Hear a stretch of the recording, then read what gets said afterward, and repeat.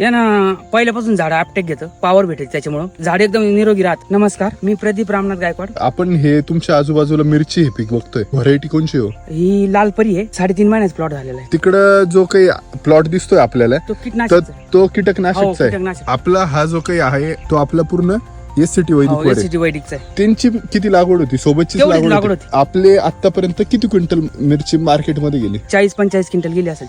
त्यांची कमी गेली, 25च्या आसपास. 50% गेली. हो. सोबत सारखे प्लॉट सेम व्हरायटी. या ना पहिल्यापासून झाड आपटेक घेतं, पॉवर भेटेल त्याच्यामुळे झाड एकदम निरोगी राहत. तुमच्या आणि त्यांच्या मिरचीच्या प्लॉट मध्ये काय बदल वाटले? क्वालिटी एक नंबर येते ना, चमक वगैरे कशी चमक होती? राहती आणि भाव बी डायरेक्ट जो निघाल तोच बाजारा भाव जाईल. हे वापरल्यानंतर तुम्हाला असं वाटत नाही का रोगराई कमी झाली? कमी झाली, फवारी कमी लागली. मागच्या वर्षी लावली होती ना, 5 दिवसाला फवारी मारायचो.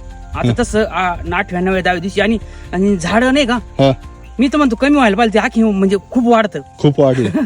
निरोगी राहिलं. निरोगी राहिले याला महत्व आहे. आणि झाड नाही का एकदम भारी, भारी म्हणजे आपल्या त्याला टेन्शन तर आपल्याला टेन्शन असं राहतं. तर वापरलं पाहिजे का? वापरलं पाहिजे. काम त्यांना नाही का पांढरी मुळी खूप चालते. मी नाही का हा, उकरून पाहिलं, अक्षरशः 15 दिवसांनी नाही का हा. तो पांढरी मुळी कमीत कमी इतकी लांब जायला होती. गॅरंटी आली बा आपला डोस व्हायला नाही गेला बस. नाही मला आधी माहितीच नव्हतं. हा, साधारणपणे 10-26 ते घ्यायपेक्षा हा. म्हणजे खत आहे आपल्याला अनुभव नाही, पण घेऊन तर पाहू बरोबर. म्हणून ते मी आणलं. खूप खूप धन्यवाद. थँक्यू.